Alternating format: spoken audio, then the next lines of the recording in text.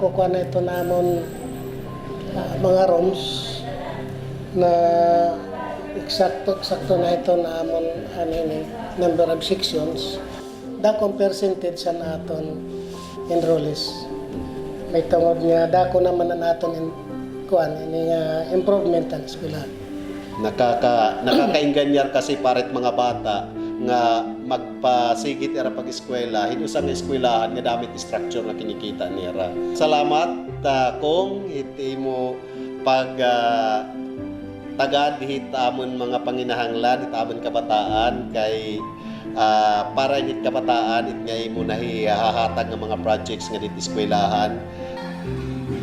As of this moment, may ada kami damo nga classrooms nga ongoing.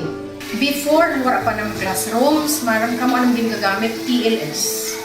Mapasok.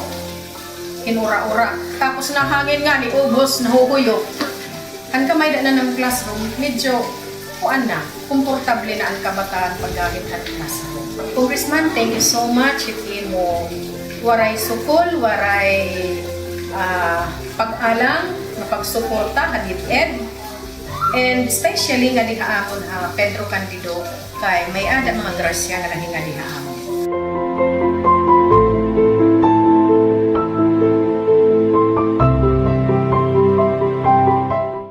Proyekto nga ginahatag haamon ni Congressman baga in terms of building damo. Ayan na. Dako ni habulig. Kasi dati nakatula kami ang kan HE, nakikibulig, nakikisarula kami ng HE nga building nga, di rin mga ni kunta kami itong bulig.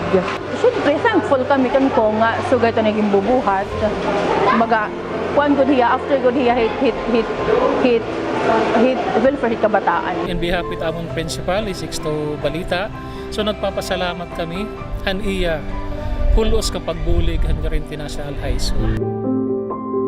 Kinikita nira nga asya ito na it Mercedes National High School. Actually, bisit ito mga student nga nabalik nga ni. Uy, hala ma'am, kaupay na, damo not building, subariton and everything. Asya ito. We are very much happy talaga. Congressman, thank you very much kay inaabat namon iti mugugma din hit Mercedes National High School. Damo nga salamat tagang kapakunta.